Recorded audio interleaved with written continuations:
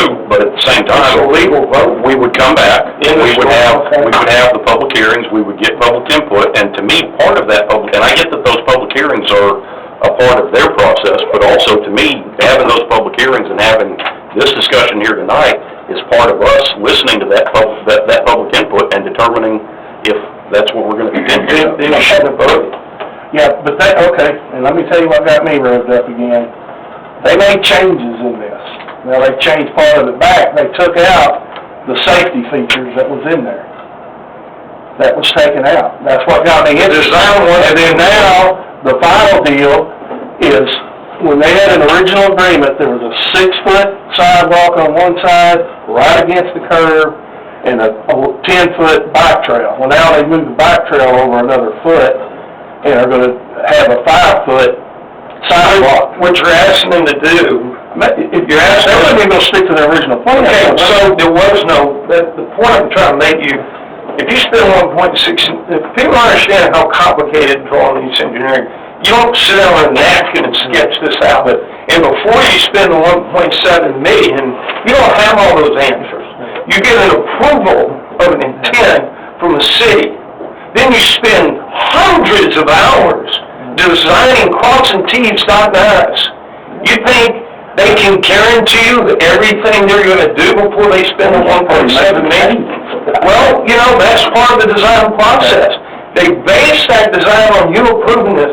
Now you're going to come back 3 years later and change your mind? Well, Brad, I think it's your responsibility. Brad, I understand that, but at the same time, Dan Kessler, I understand there's some issues here and whatnot. I have a great deal of respect for Dan. I've seen what work Dan's done over the last 15 years.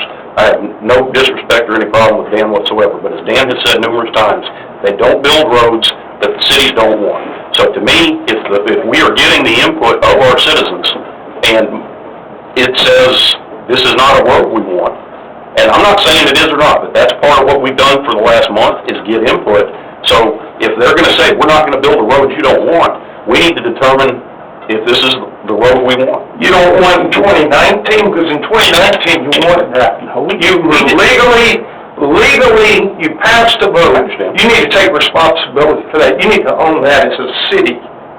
And then you need to own the fact that you changed your mind. The problem is he's not sitting here telling us that. He's sitting here telling us what you want. So ultimately, that's our citizen. I'm embarrassed that we would do that, and then expect a government agent to continue to work on our behalf to pave the streets. You gotta have a freaking, that street is in such bad shape. I heard somebody say you can recover. I've been in construction for 30 years. I have a degree from LSU. I have been involved with Cajun contractors, engineers, doing water and say, I've done every type of construction. That's a foundational problem. You can't recoat that road. Yeah. Whoever did the substrate on that road screwed it up.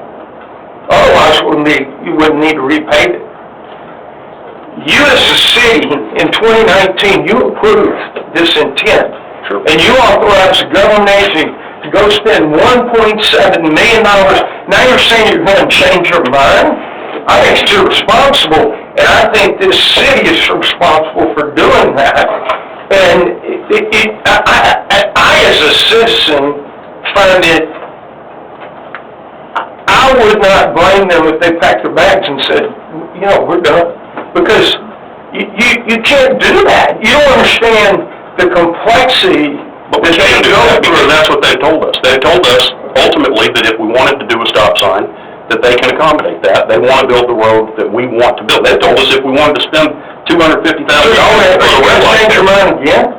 How do they know you're not going to change your mind again? Talk to the attorney right here about whether any council can do something that's going to bind a future council until it's actually happening. I have a question for you real quick. Where do you live? I live on the corner of, I live in 812 Rose Cup.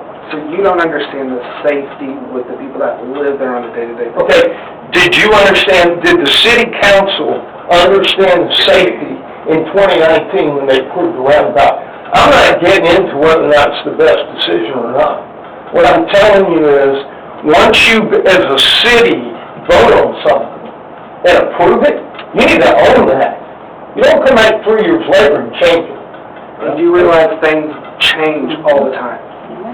nothing has changed as far as the safety. No, I'm not arguing with that. I'm But saying, that's irrelevant, that doesn't have anything to do with this, things change all the time, the weather changes all the time, what are you talking about? exactly, because all these people over the year have determined, okay, as we've gone on and seen different things, that they're not happy with how this is coming out. So that is a change. Everything can change. Okay, but you can't fundamentally change the vote in 2019 to approve. No, that's what's coming up tonight, is they're wanting to talk about it and take that vote back and revote it. I think that is very irresponsible. You should have had that conversation in 2019 before you authorized them We did. to spend $1.7 million to go draw something. And 1.7 million is not that little section, that's the whole section. Okay, we're talking about 90%, that's probably the 10%. Okay, and a council member was forced to recuse himself, is why this is even here now, it wouldn't have been here before. All I'm saying, had that happened, it would have been a 3-2 vote, and we would have probably had a red light. In 2019, we would have had a red light in 2019, yeah. In 2019. So you're saying, what you're saying is the vote wasn't, I mean, was the vote legitimate? That is legitimate. It was a legal vote. It didn't bind us to anything in the way that I'm not saying this whole council voted and we didn't. No, it's a different council. So, what I'm saying is, as a city, I had an issue with giving an approval on something to another government agency to go proceed with something, and then coming back 3 years later and changing your mind. Okay, so let me ask this question to Dan. If this passes and the roundabout is changed, what does that do to your process at this point as far as construction and design? Well, it's pretty significant. We have to go all the way back, since Joe's at nearly 90% design, we're gonna have to go back to probably 60%. And we have to reopen the environmental process, so it's at least 6 months. And I don't know, Joe, we haven't done the math on the cost, but it's substantial. And of course, as I shared with you before, I'm most concerned about delaying the project another 6 months to a year and the cost that the taxpayers will now incur because everything is going up. Now, there's a couple things they're not questions directed to me, but I feel like I have to respond. Sure. Safety. Whether you accept it or not, sir, or not, the entire traffic engineering community of the United States of America and most of the international engineering community in the world believe that that intersection is safer than a four-way stop. And the reason they believe that is, and I've said it before, it has everything to do with speed and the design in which people move through the intersection. The speed will most likely be below 10 miles per hour, and you're making a right-hand turn, and everybody gets used to it within a couple weeks, and the movement of it has repetitively been shown across the United States and all over the world that a neighborhood roundabout, and especially really, really important. This is not a 199 multi-lane 30 or 40 mile an hour roundabout. This is a neighborhood roundabout where traffic will be going less than 10 miles per hour. And so all the data shows, unless they're reckless, I can't help the reckless, let me finish, but all the data shows that the accidents you have in roundabouts are much lower You speed. can look at me, you can look at the council. No, I disagree with you, I heard you the first time you said that. But I'm addressing your question, sir. Well, statistics are one thing, but you're gonna... Well, I'm just sharing with you, whether you believe the engineering community or not, it's up to you. But all the traffic accident data, all the safety data says, you may have incidents in roundabouts, you're going to have incidents in every intersection. They're slower speeds, and they're more likely to be side swipes as opposed to higher speeds, head-ons, T-bones, people running stop signs, which the gentleman said is a safety problem, and they're going to run these stop signs.